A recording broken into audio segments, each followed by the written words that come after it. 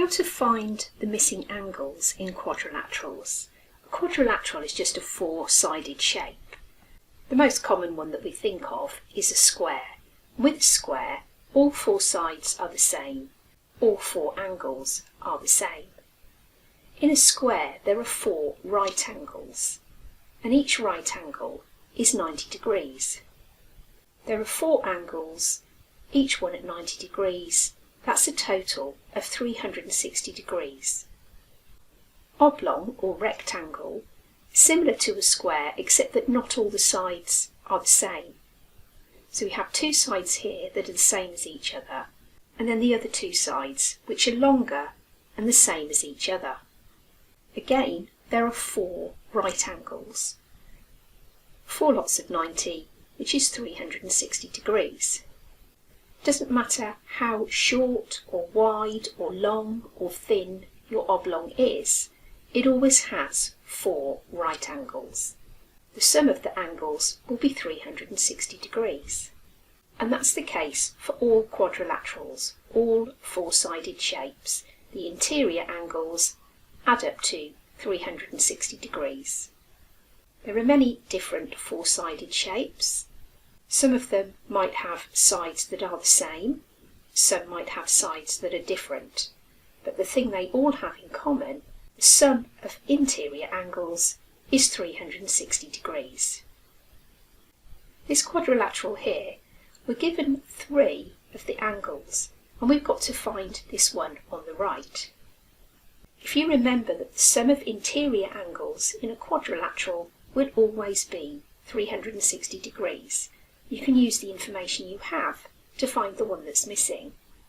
If we add up the ones we have already, 155, add 110, add 45, that's 310 we have so far, and we've got to make that up to 360 degrees. So if we take that 310 away from the 360, we're left with 50. So that missing angle is 50 degrees.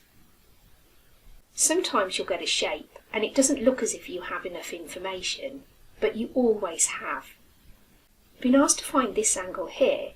The only angle we've been given is this 65-degree angle here. However, you'll notice that these two at the bottom are right angles, so we can safely say they're both 90. Now we have 3 angles and there's just that one to find. 90 and 90 and 65, that's 245.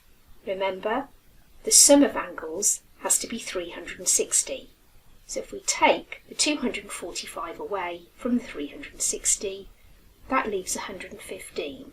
So that angle there is 115 degrees. We've got this rhombus and we've been told that the angle at the top and the angle at the bottom, which are the same, are both 40 degrees. We need to find that angle on the left. What we know about this, because the sides are the same length, is that both these angles here will be the same. So if we look at what we've got so far, we've got 2 lots of 40, which is 80.